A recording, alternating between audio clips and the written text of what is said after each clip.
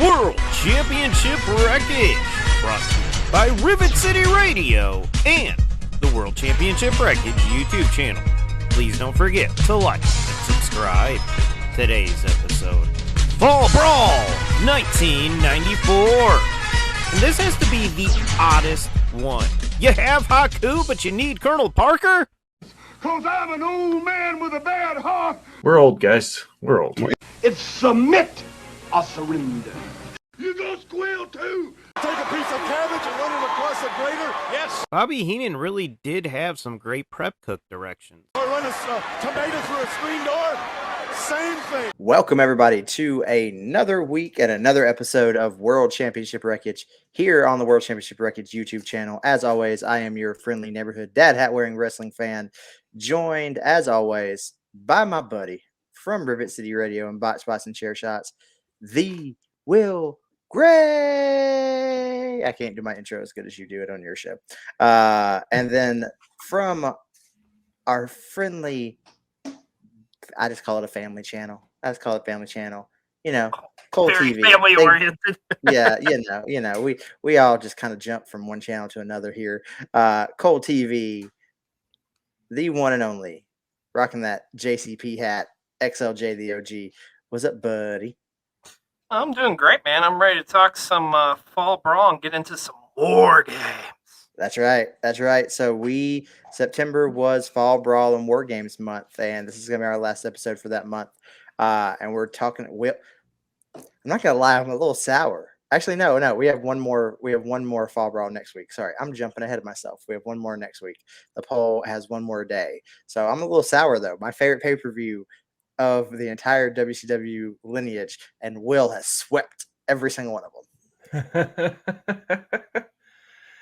It's luck of the draw. I'll win a few weeks, and then you'll win like 4 in a row and take the lead back. It happens.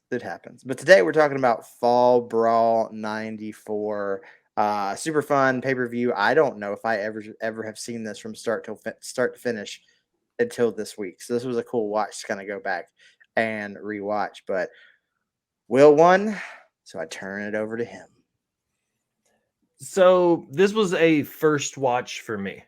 I don't remember 94 Fall Brawl. A lot of this was like, oh, okay. Like I recognized all the names and I recognized like roundabout of where the story was. But this specific War Games match, I don't ever remember seeing it. And there were a couple points on the card where I was like, okay, I've seen matches or seen highlights from these said matches, but I had never watched the entire pay-per-view from beginning to end, I don't think.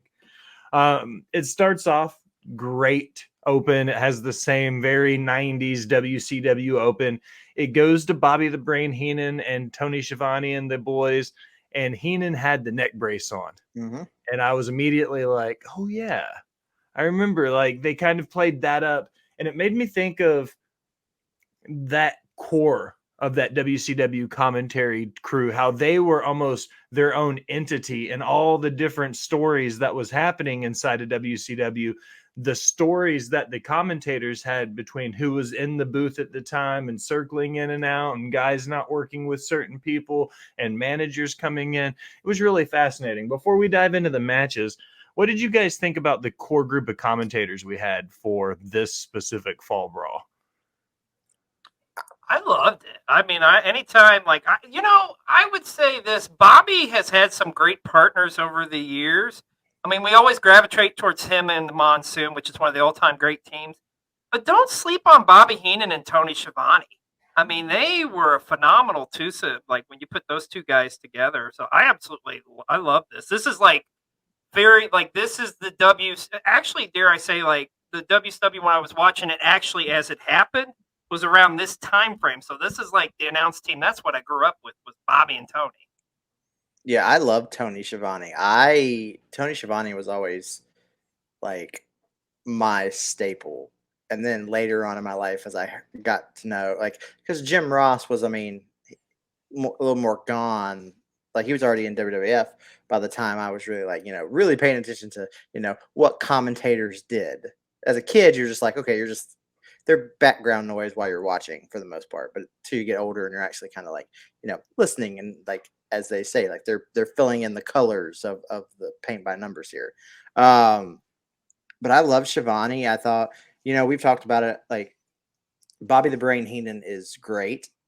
There are times in WCW where in today's times he sounds a little uneducated and ignorant because he doesn't know the names of the moves, and like I know part of it is the gimmick and everything, but sometimes he just really does sound stupid. I'm like, how are you on commentary? You don't know these things. But I was always a fan of Dusty Rhodes in the booth. I always was a fan of Dusty on headset. I thought that he added that little bit of legitimacy because he'd done it, but it added in that character of the American Dream, baby. Like anytime you had Dusty calling a Public Enemy and Nasty Boys match, yeah, chef's kiss. It was great. Yeah. So diving into the action, opening match was a TV title match. When I looked through my notes, one of the first things I wrote down was the old TV title. Yeah. Like that one in 94. We've spent a lot of time talking about that belt, best of sevens, and some of the guys that have held it and how it's kind of that catapult title to push those guys to that next level, so to speak, in a lot of ways. This match this is going to be I'm going to say this a lot for match to match. It was a great match with a semi-questionable finish. Yeah. So Johnny B. Bad, Lord Steven Regal, wild entrances for both men. Johnny B. Bad does the super over flamboyant baby face play into the crowd. Regal comes out though, the over just incredibly just heat magnet heel down to the red coat and the powder wig, like everything that Regal was doing about it.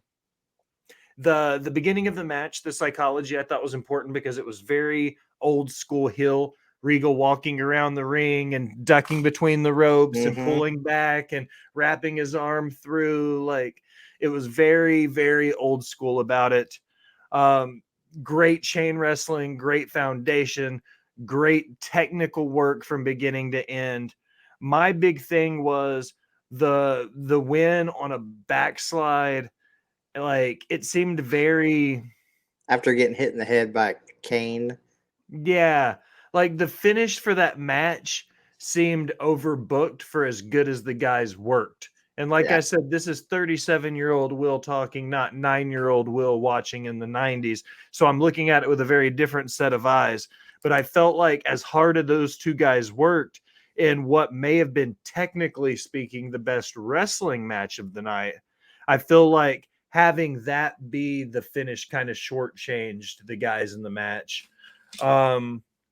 What did you guys think about Lord Steven Regal and Johnny B. Bad? Love Regal, first of all. And hot take, maybe not a hot take. My opinion, Steven Regal is the greatest television champion of all time. I think. I mean, he owned that title, dominated and ran with that title for over like a year at this time frame, and later on would win the title a couple years later. But I always was a huge fan of Regal. I loved the stuff that he was doing. Is that you're bureaucratic? I'm better than you. My nose is up in the air. And you got to keep in mind too, this time frame with Johnny B. Bad. I mean, Johnny B. Bad had really been working his way up in the mid card. And if you look at when he started his career in WCW, he came in as that flamboyant parody of Little Richard. And if you look at where he is now he is like white meat babyface, but it's all about his in-ring skills. And correct me if I'm wrong here, but I believe this was Johnny's first major championship that he won, was in this matchup. I think this is the first TV title. I believe so. Yeah. It was early enough that I would say it was up there. If it's not the first, it's one of the first for sure. But I see what you're saying as far as like the finish of this matchup, but I think all things considering, like with it being a big moment for Johnny, the fact that Regal was just like so damn good with this television title, and a huge shout out to Lord Steven's manager, Sir William, aka Bill Dundee. Like I thought, like he did a tremendous job, like as far as being a part of Williams stuff at this time frame, or Lord Stevens stuff, I should say, at this time frame. But I was okay with the finish. Will, you bring up a good point. Like 9-year-old versus 37-year-old, you do look at it a different perspective. Could it have been done better? Yeah, but I mean, for what it was at the time frame, I'm okay with it. I'll allow it. It's weird for me. So I remember the name Johnny B. Bad. I remember like looking back and remembering kind of that look of the character, but I don't know if I've ever actually, other than watching this back, seeing a Johnny B. Bad match. Like I remember him as a teenager and he had jumped and he was Mark Marrow with Sable. Like a teenage Justin definitely remembered Mark Marrow with Sable. But I don't know. This might be the first time I've ever actually seen a full length Johnny B. Bad match. I think his work that he did in WCW far surpasses his work in the WWE, in my opinion. I love the stuff he was doing in the early 90s into the mid 90s, Johnny B. Bad. I think one of the great rivalries that doesn't get nearly enough love, you go to 95, 96, Johnny B. Bad versus DDP. That was an awesome rivalry. So, but I've always been a huge fan of Mark Marrow. I think I really love the Johnny B. Bad character, honestly. I just grew up with him. I always wanted to be the kid in the crowd, and he blows the damn Bad Blaster out there, and I catch some of the confetti or whatever, you know? Yeah. Match number 2. A loser leaves town match between Cactus Jack and Kevin Sullivan. It was so damn short. It was 6 minutes and 4 seconds. So the first thing I wrote it here, and then I wrote it again later, but big props to WCW for rotating rings. They worked in one ring, and then the next match they were in the other. Then the next match they'd go back and forth. Because you heard this year specifically at AEW for Blood and Guts how angry the back half of the crowd was that they only worked in that front ring. They never did a match in that second ring until the Blood and Guts match. Mm-hmm. So I was like, okay, so rotating rings in the War Games match was something they did. Cactus Jack, Kevin Sullivan. This is one of those, it's a 6-minute match that Cactus Jack does all the Cactus Jack things you could think of. If there's a move he did in the 90s, he did it in this match. He took the bump onto the open concrete. He did the elbow drop. Like, it was nothing but Cactus Jack high spots. And again, although it was a 6-minute match, the guys beat the shit out of each other. They built it up. It looked great. And then another kind of not great finish with another, like, well, it finished on the roll-up, right? Yeah, I believe so. And was there tights involved too? I feel like subconsciously I feel like tights were involved. That's what I'm saying. Like, it's just, to me, it's like to finish on a backslide with the hit and then to finish with a roll-up with the tights seems two very close finishes. Really similar, and it just kind of, that was my biggest question mark when I saw these first two matches. Great work with a semi-overbooked finish. That was my takeaway on it, because the 4 guys in these first 2 matches were all, you know, up there, upper middle card, eventual world champions for a couple of them. We know who Steven Regal and Cactus Jack became, like, lots of good careers, but I just felt like the ending fell flat. It wasn't exactly what the direction I thought, and it was a really short match. What did you guys think? I needed like 10 more minutes. Agreed. 100%. Needed much more time to fester, especially too the fact that, like, I mean, this has been built up. You got to keep in mind the time frame. What led to this matchup is Cactus Jack and Kevin Sullivan were tag team champions, and they had lost those belts at the pay-per-view prior, I believe, at the Bash at the Beach. And I mean, this had kind of been built up for a little bit. So I mean, God, they could have at least gave him more than 6 minutes. But I also think too, I mean, Foley was already like, getting out of here anyway. I'm gone. So I mean, it could have been done so much better and allotted so much more time. But what can you do? But yeah, you got the hits. You got the hits of Mick Foley in this. I mean, it really was the Mick Foley show in this episode. I mean, in this match. Kevin Sullivan did very, very little. It was Mick. Yeah. This next one, gentlemen, I forgot this happened. U.S. title. Stunning Steve Austin versus Ricky the Dragon Steamboat. Yeah. And leading up, this is the most Ricky the Dragon thing imaginable because he got hurt before a big title defense. And this happened in 87 going into 88 when he was, in the IC championship stuff with Macho Man. He would find himself. And the first injury was a legit injury. This one was, I believe, if I remember right, was a more of a kayfabe. He had an injury, but they allowed it to write it in so they could change the story. So if he had to be out an elongated amount of time, it wouldn't mess with the title. So they wrote the story in. Stunning Steve comes out. Ricky the Dragon comes out in his civilian clothes, and they explain that he's injured and can't defend the title, but because they're not sure how long it'll take to come back, they're going to immediately just hand the belt over to Stunning Steve. And Austin loses his mind, and he's so excited. And everything the commissioner says, up until the point where he says, by the way, bud, you got to defend it right now against Hacksaw Jim Duggan. And that crowd popped so loud for Hacksaw. You want to talk about a bad finish, though. Ugh. Again, thank you. Exactly what I was about to say. Duggan comes in what felt like a 15-second match. Mm-hmm. Like, it was definitely... The segment lasted longer than the match. 100%. The interview, the transition of the title, the entrance, Stunning Steve's entrance was longer than the actual match. I chuckled. Like, I literally went, because it's been a long time since I've watched a Stunning Steve Austin match and not a Stone Cold Steve Austin match. So, like, to see him walk out and then go from Hollywood, California, and I'm like, with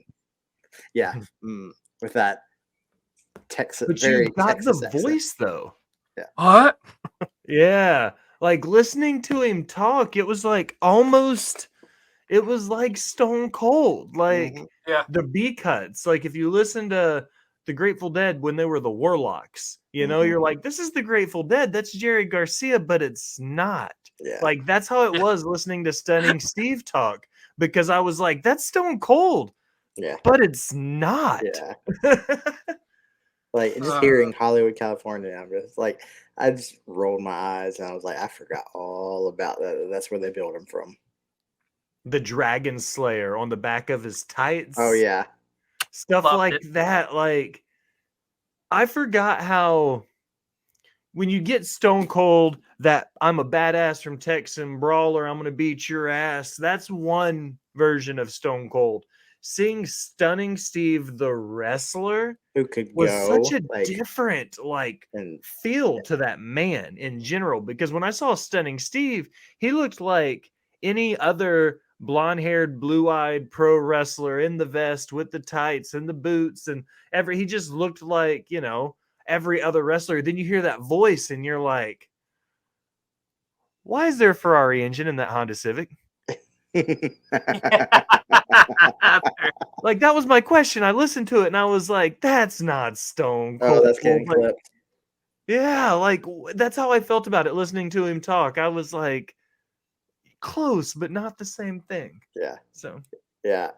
It was weird to kind of see Hacksaw Jim Duggan in that good of a shape too, because like he came out, I'm like, dude, when were you in that good of a shape? Like that's 6 years after he won the Rumble. Yeah, it's just, I don't know. It was interesting, and it was, I don't know, a swerve just for swerve's sake. I guess if you're going to do a surprise, it makes more sense to let the surprise win than bring a surprise and then, oh, your surprise just lost.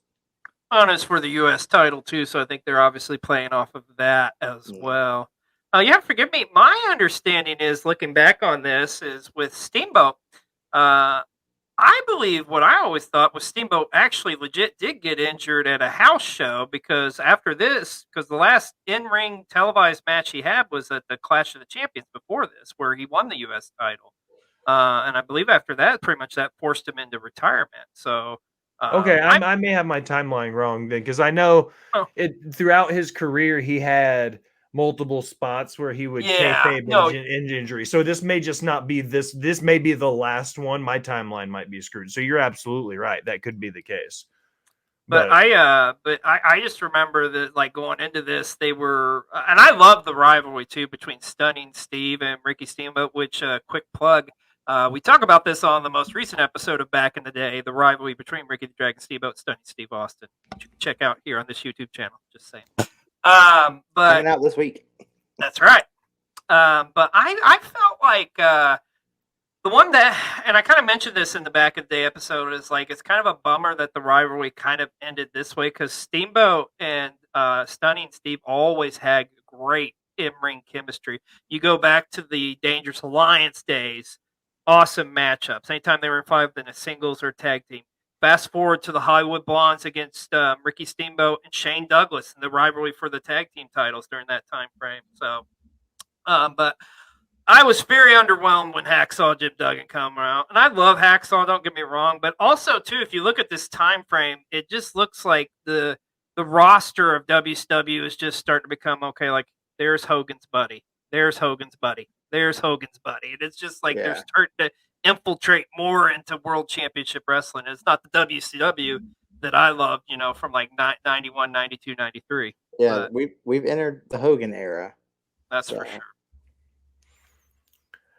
Tag team championships. Now, I'm going to be is before the I might be having it's been like a week since I've watched it. Didn't we get the phone call with Flair and Hogan before this, or was that after this? That's after this. I think it's after. That's before. No, it's after. Was it after the triple threat match? No, it's before the triple threat, I think. So I think it's after this match, before the triple threat match. Or maybe. I can't remember. Yeah. I was going to do it before the triple threat match. I was going to talk about it because leading into the number one contendership. But this tag title match won't take very long. It was my bathroom break match, even on a rewatch, because the Stars and Stripes versus Pretty Wonderful. And again, like, this isn't taking away from any of the men in the match. Either great careers up until this point, or some of them turned into stars afterwards. There was nothing in this match that screamed to me, top 3 pay-per-views of the year for WCW. Yeah. This was a Monday Nitro or a Thursday Thunder match through and through. Marcus Bagwell looked like baby buff. He should have been bagging groceries at his local Piggly Wiggly, because he looked like a child, man. Yeah. He looked like a legitimate child. And, you're used to him being buff and literally being buff, like physically. And I was like, your arms look like spaghetti. I was watching it with Jax earlier this afternoon when we were watching through it together, doing the things that Will and Jax does. And we were sitting there, and Jax goes, Will, in his very Jaxbo voice, and he goes, "Is that fucking Buff Bagwell?" And I said, "What?" And he goes, That's Buff Bagwell." And I was like, I thought about it, and then he said Bagwell in the commentary. I was like, yeah, it is. And then I said, this is too young to be Buff. Isn't this Marcus? And as soon as I said it, the commentator goes, young Marcus Bagwell's getting the shit kicked out, like. I mean, that's all this match was. It was the youngin getting his ass beat. 100%. And I love Mr. Wonderful, by the way. Paul Orndorff was great. I'm not taking anything away by saying this about that match to go. It just should have been on Thursday night or a Monday night. But, like, that's how this match felt. There wasn't... Yeah. It was a again, maybe if I saw leading up to the pay-per-view a little bit more and I studied it some, and then the aftermath of the story, just like dropping me in a bubble, I'm watching it just on this one night's island. And to me, this match felt just kind of flat. This is very much the middle of the card, the bathroom break, let everybody catch their breath between the two biggest matches of the night. And that's just kind of how I felt about the tag team titles here. Yeah. Yeah. It's a shame too. I mean, you got big stars that either were big previously or what would become. And then, of course, then you just have the Patriot to sit to the side. But I don't know. Yeah. I mean, I can think of so many other people on the roster and so many other matches you could have had other than this. I mean, I'll give you WCW credit. They were always, we have a pay-per-view. Titles will be defended. Every time. Titles will be defended. On a pay-per-view, pick a better group to go against. You got to look at the time frame here too with the tag team division, if you want to call it that. I mean, really, all you got is like Harlem Heat. They're not really getting their big push just yet. And the Nasty Boys. Yeah, I mean, and then outside that, like, I mean, hell, I always remember, like, it's funny, you know, you guys talking about Buff Bagwell, your memories of him. Of course, I remember that version of him, but the one I always gravitate towards is the Rookie of the Year, Marcus Alexander Bagwell, which, by the way, on WCW commentary, he was the fucking Rookie of the Year like 3 years straight. I don't know how that happened, but they always refer to him as Rookie of the Year. But wrestling years, you know. Yeah, there is no like season. dog years. You're a rookie for the first 5 years. There's no off season. There's no off season in wrestling. Yeah, no, it's still going. But like, if you look, okay, so they paired him up with Too Cold Scorpio and shit. You know how well that went. Mm-hmm. Then they put him in this team with the late great Del Wilkes or the Patriot, and then even you go to '96, they put him in the American Males with Scotty Riggs. It was just like, let's just throw shit against the wall and see what sticks. And thank God for Buff, he finally found his own, like in the NWO, because like I mean, all this stuff, it was just like he was there, It's a good body, but yeah, I just remember this time frame and just like really all I cared about as far as tag teams was Harlem Heat and the Nasty Boys. That was it. Yeah. I completely agree with everything. 100% of that. So we get into this. Seemed funny to me in 2023, guys, and the commentators brought it up. I counted twice that they mentioned the satellite call that was coming in, and they were going to have Hogan via satellite, and they were going to have Flair via satellite transmitting in to Roanoke, Virginia. And to me, I was like, okay, it's 94. Like, that's a big freaking deal for 94. Thinking about it, like, live video streams like that didn't really happen a whole lot. But then you thought about it and you were like, they transmit live TV every week. It's not that impressive. Yeah. Like, you really, like, looking at it now, I was like, this seems so cool. And even now I was like, that's awesome. The way they hyped it up, like they made it seem like a big deal. And then you were like, you motherfuckers transmit live TV every week. This isn't that impressive now. Like, it was silly to me. We're jaded in the year 2023. Yeah, like, come on, where's my hologram at? Like, so we get the phone call with the build between Flair and Hogan. This is, if I remember right, XLJ, I know you'll know for sure, this is Flair's return trip after the failed Connecticut run, right? When he went up there in 92, he was up there for what, like 18 months, and maybe coming up close to 2 years, and then he jumped ship back to WCW. So depending on the timeline, he's probably only back for what, maybe a year at this point, less than that? Yeah, because he came back in 93, and I mean, he was a huge proponent of getting Hulk Hogan to come to WCW too.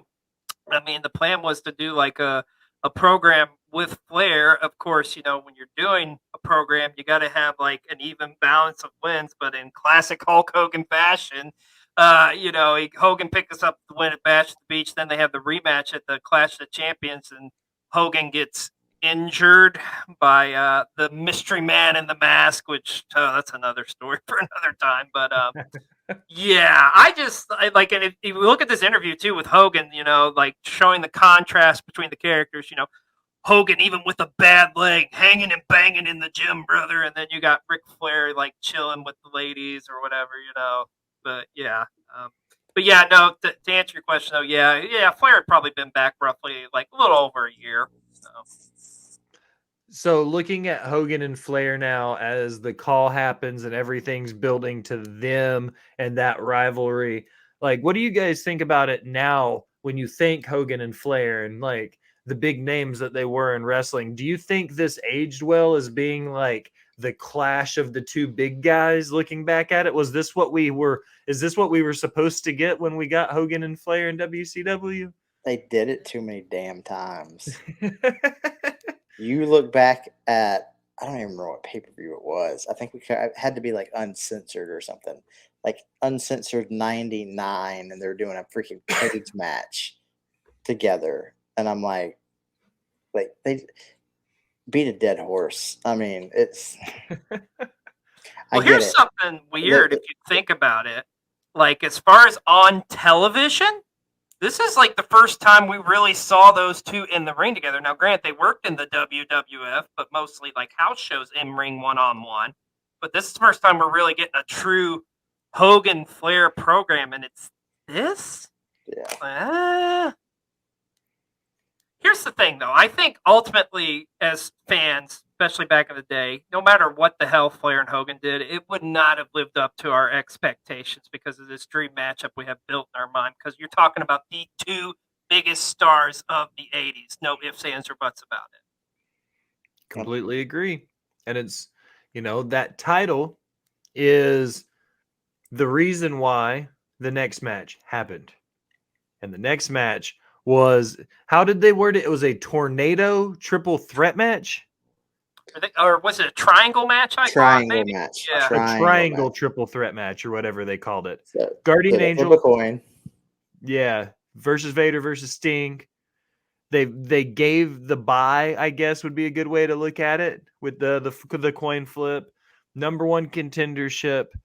And as I go through my notes, the thing I'm going to say at the very end, I feel like is the most important thing to take away from this match, okay? So you start with Big Bubba Rogers in the ring. Sting did not look happy about having to wait. He wanted to get in there right then, right there, beat the shit out of Vader and go home. The first half of this match was two big meaty men slapping meat. Like Vader and Big Bubba Rogers beat the crap out of themselves, and it did not look like both these guys. Vader, 400 pounds, Bubba Rogers, 350 or whatever he was then. They're going over the top rope and like ridiculous athleticism from two guys this size. Yeah. Vader gets the pin, and then Sting comes out. Sting gives like the absolute one of his best performances, and that's coming from somebody who's not a Sting guy, and DadHat knows that. Yeah, still breaks my heart. Like, I'm just not, and it's neither here nor there. Don't yoke any yums. Love whatever you want.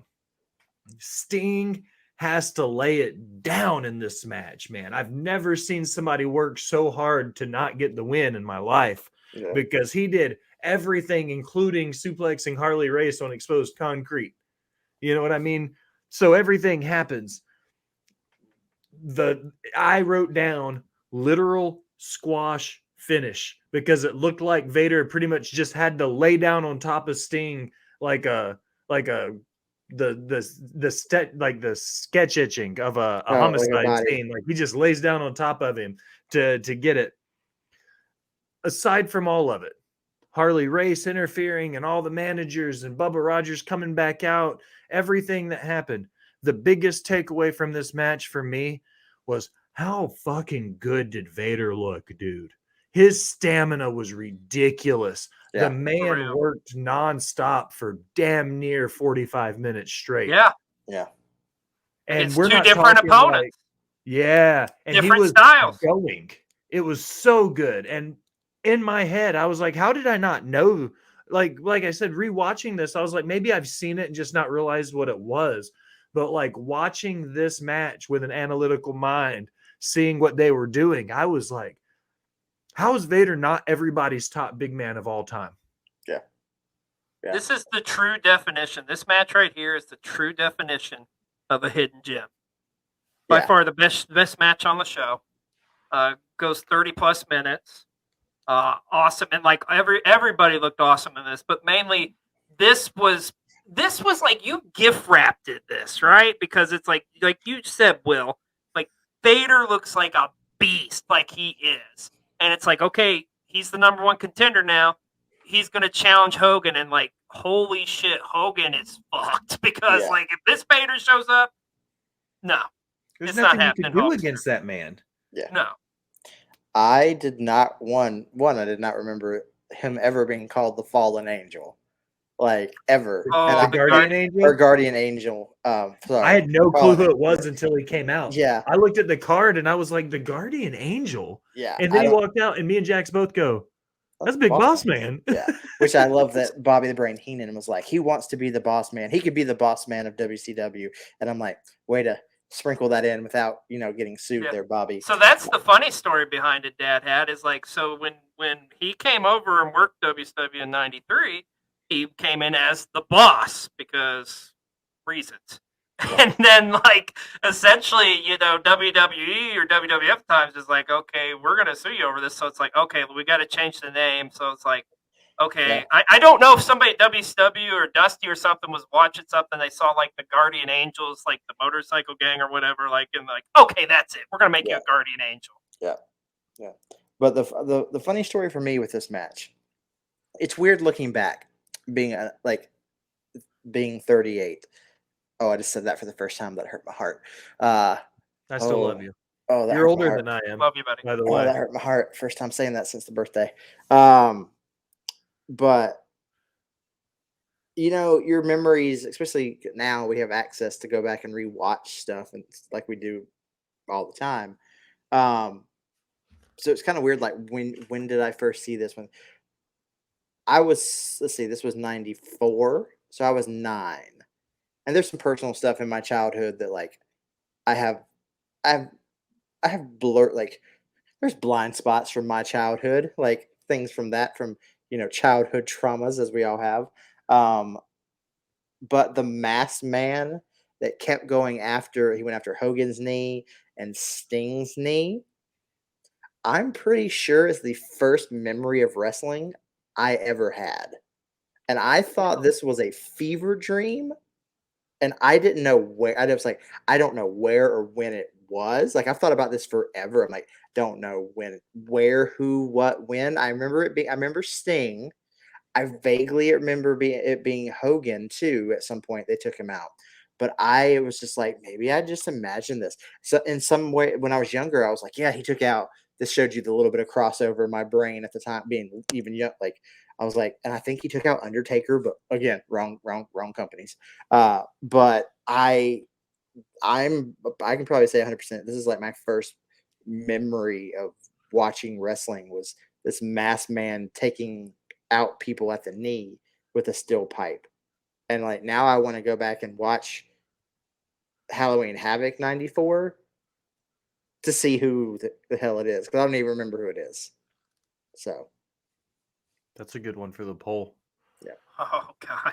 But yeah, like so. But I'm like this happened. Like they showed it with Hogan during the video call, and I was like, I literally was just like, oh shit, it did happen.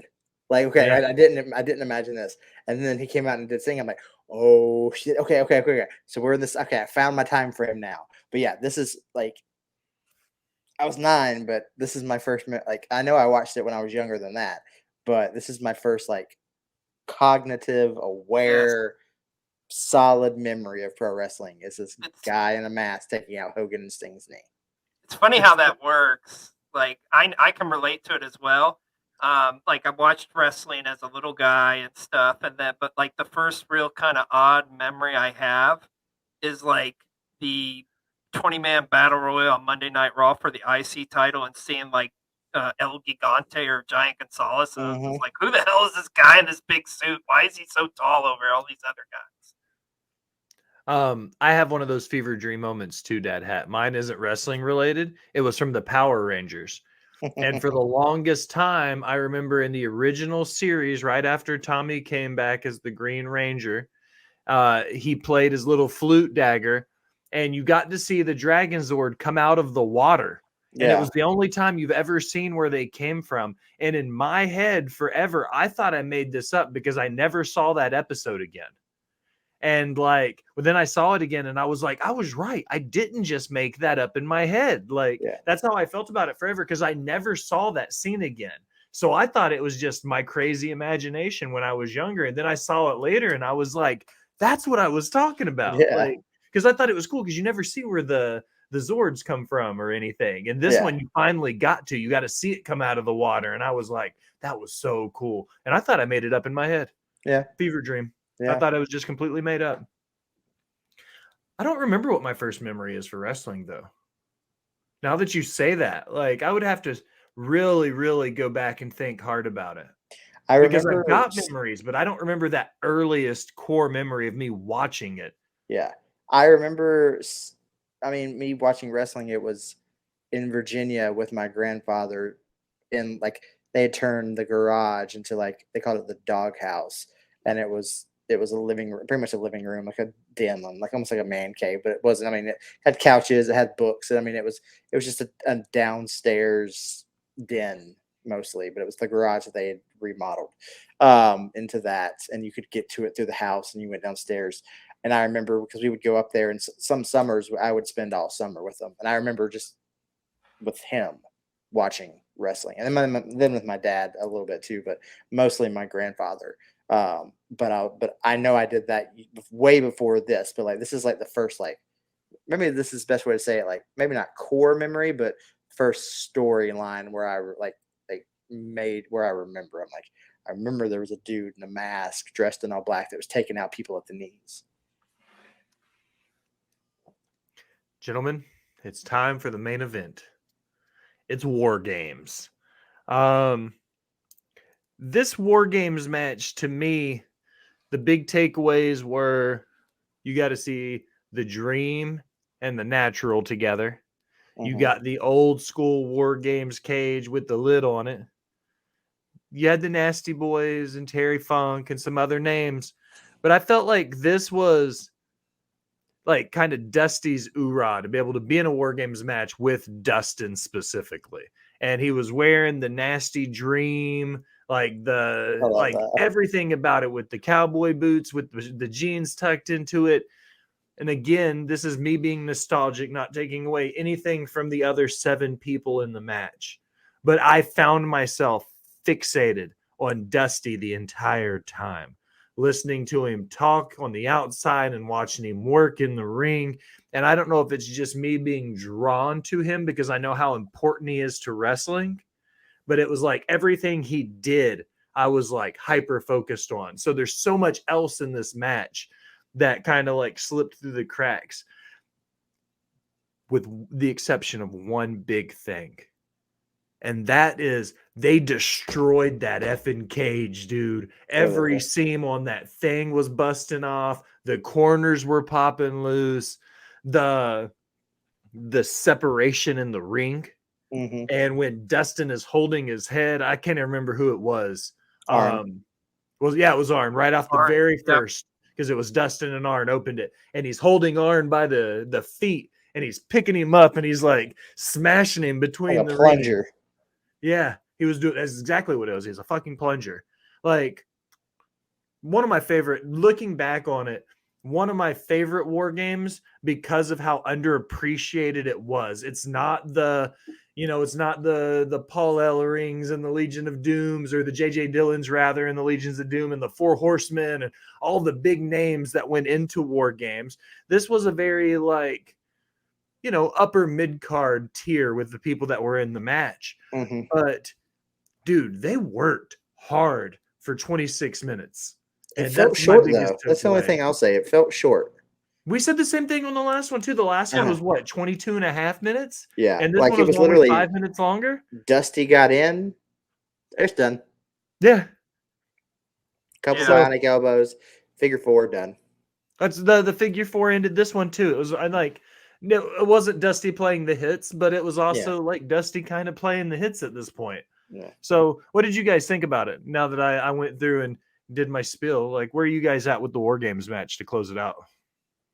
Well, for me personally, like, it pulled back the curtain. As soon as you guys said, like, this was the one episode you was doing, like, instantly in the group chat, one of our group chats was like, I want to be on this episode.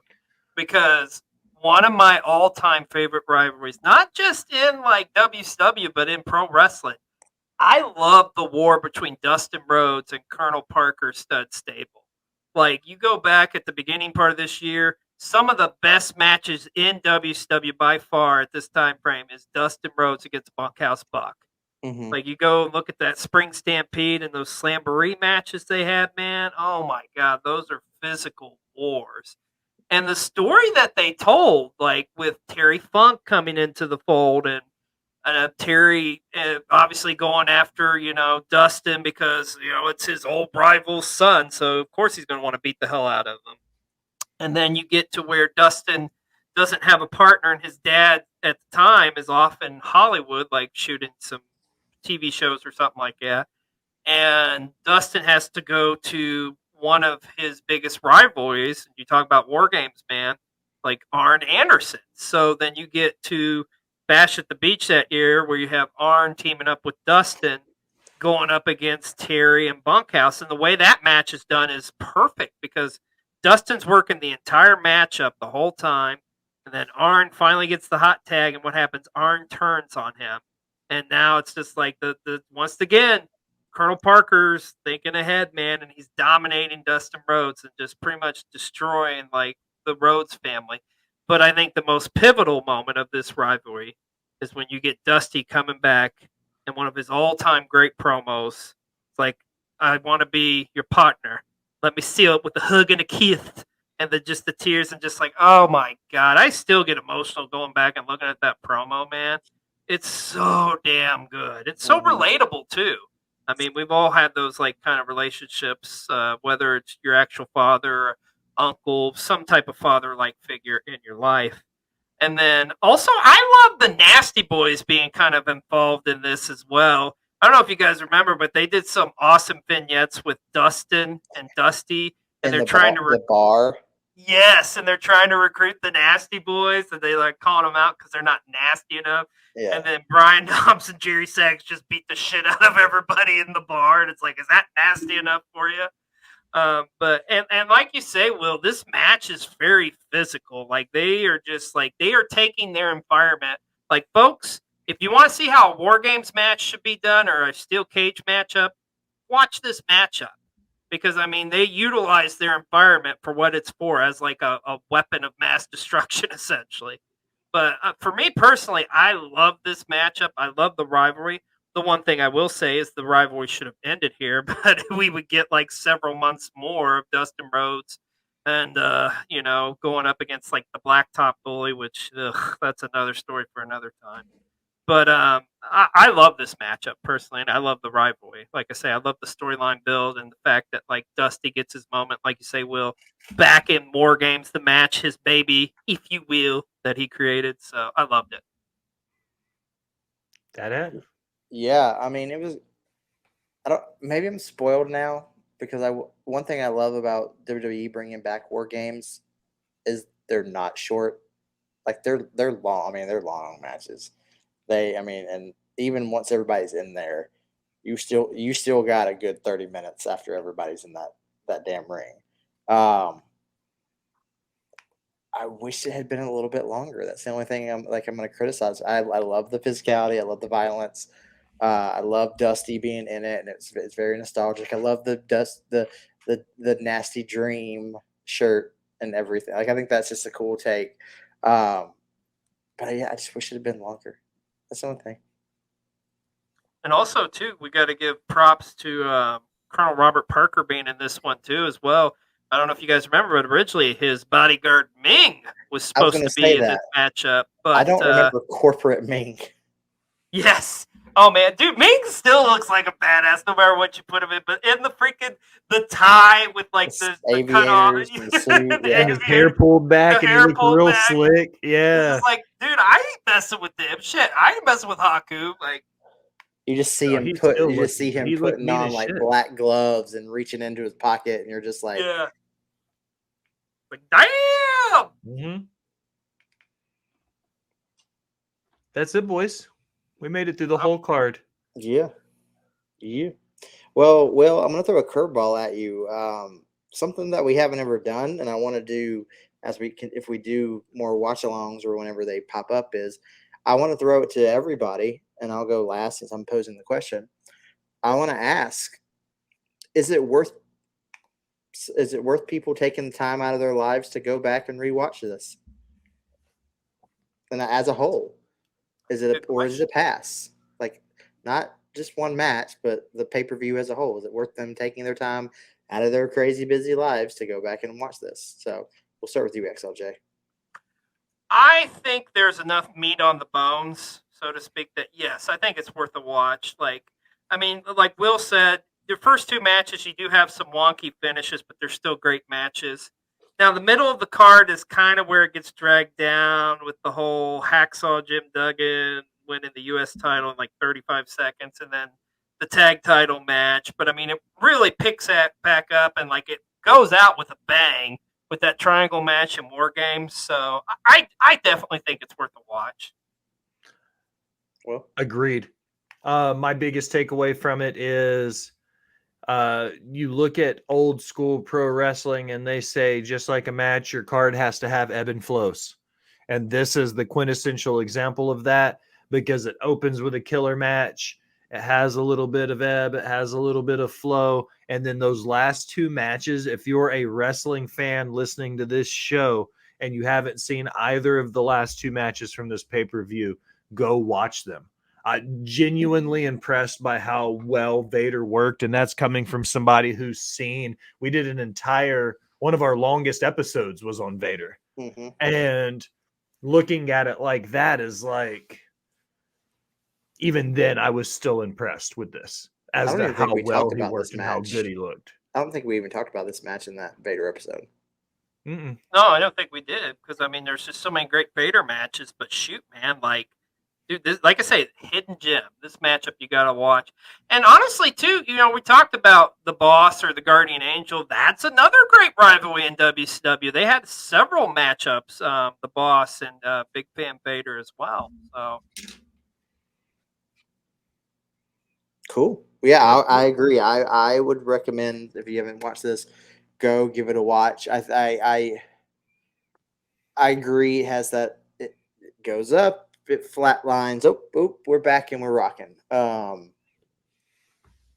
think the triangle match, like we all said, match of the night. I think War Games is. I'm sorry, you can't ruin War Games. I'm sorry, you can't ruin. To me, it's the best thing ever in wrestling history is War Games. That's why I wanted to do a month of talking about it and rewatching stuff for my own selfish reasons. So yeah.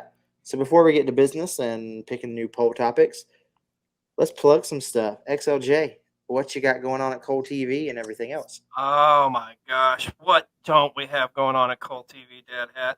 A little bit of everything. Of course, you can catch our weekly shows on there, our Pro Wrestling 60, where we recap everything that happens in the world of professional wrestling week to week. A little bit of a hiatus right now for learning the ropes, but we will be bringing that back here in October, hopefully with a couple of episodes.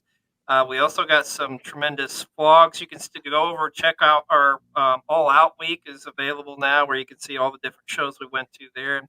And we do got some more wrestling shows we're going to be attending in October, so you can be on the lookout for those vlogs coming to you. And at the end of the month, as per tradition on Cole TV, we will have our third annual Halloween special coming out. You're going to want to check it out. We got all sorts of fun and shenanigans, so be on the lookout for that. But there's always something new over on Cole TV, so check it out. Perfect. Well, what's going on with Rivet City Radio and Botch Bots and Share Shots? Same. Lots of cool, exciting stuff going on. We just had Jared Fritz. He's the senior referee from the NWA on last night. We talked about the all-time list of referees and kind of what role a referee plays in the story of a match. Next week, we've got Gary, the host of NWA Power Extra, coming on. He's the NWA podcast host, so he's coming on to talk about the reset after 75. Then we'll be swinging away from the NWA for a little while. We're stepping back. We'll be doing the history of the strap. We're going to cover the ECW heavyweight title. We've got me and Jaxbo and Husky going to be getting together for that one. So lots of cool stuff. I'm picking up interviews in October. So I've got some cool interviews booked. So I'll be redropping. I'll start dropping interviews again weekly in October. Just took a little bit of a break. You know, man got to sleep, a man got to eat. Yeah. So that's it. And then as often as me and DadHat can here at World Championship Wreckage. Yeah. Yeah, you know, work gets in the way, life gets in the way. You know, it's November and December are going to be an interesting month. That's going to have to be like us, like for those months. I'm going to be like, well, we need to record like 4 episodes straight. Like we literally just need to pick a Sunday afternoon and just go through them. Yeah, so you can find World Championship Wreckage everywhere, social media wise, X, Instagram, Facebook, TikTok, everywhere. Just search for us. But we always post a poll, and kind of like how we did September was Fall Brawl War Games. I'm sorry, it's WCW. It's October. We got to do Halloween Havocs, and there's too many good ones to pick up. Like Eric Bischoff has gone on the record many a times in saying, in his opinion, Halloween Havoc was the WrestleMania of WCW, not Starrcade. And so I'm a big fan. I was always a big fan of the set. And I think some of the, I won't say what yet. If you followed me on TikTok long enough, one of my first early videos, Halloween Havoc hosts the one match that I say was my all-time, like, this is amazing on paper. And then the execution sucked. But we'll get to that if we cover that year. So we will be doing watch-alongs with Halloween Havoc and going through the cards and talking about it. Will, I'll let you go first because I know what you're going to pick first. I don't know. When you look at Halloween Havoc and all the great I'm just kidding. 1997, it's the only one that matters.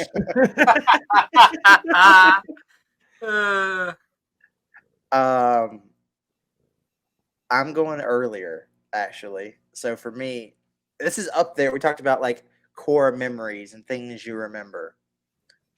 I don't think I saw it live in the time, but I remember and I love this match because I had like around 98. WCW was really big on releasing VHSs. They had the Superstar series. They had the best of Bash at the Beach. They had the best of Halloween Havoc, and they were fantastic. And if I wish they would re-release them on DVD. I'm sure I could find a bootleg copy on eBay somewhere. But I want to go to probably the first Halloween Havoc match I remember seeing. And that's going to be Halloween Havoc 1992, which has the main event, spin the wheel, make the deal, and it's Sting versus Jake the Snake Roberts in the coal miner's glove match. So 92 versus 97. That's a good pick.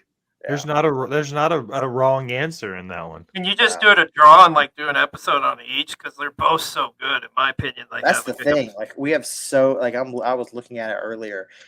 Other than like 2000, I don't remember 99, but like I pray neither one of us picked 2000 because I really don't want to have to watch the main event Goldberg versus Chronic. Yeah. As much as I love Chronic, I don't want to go back and rewatch that. So yeah, 97 versus 92. Both of those will be really, really good. Cool. Well, folks, as we do each and every week, we leave you with some wise words. And you would think by now, as many shows as we've done, I'd have this thing queued up. But nope, never do. But I've got it ready now. Wise words, as always, from the American Cream. I'm gonna say, I do it every week. American Dream, because I'm used to saying the American Dream for Husky. Love you, Husk. But he's featured in War Games that we just talked about. Wise words from the American Dream, Dusty Rhodes. Good night, everybody. Bye. Yeah, baby, I got one more thing to say. Your gas tank is full. Your dipstick is in. Your windows washed. Y'all come back and see me again.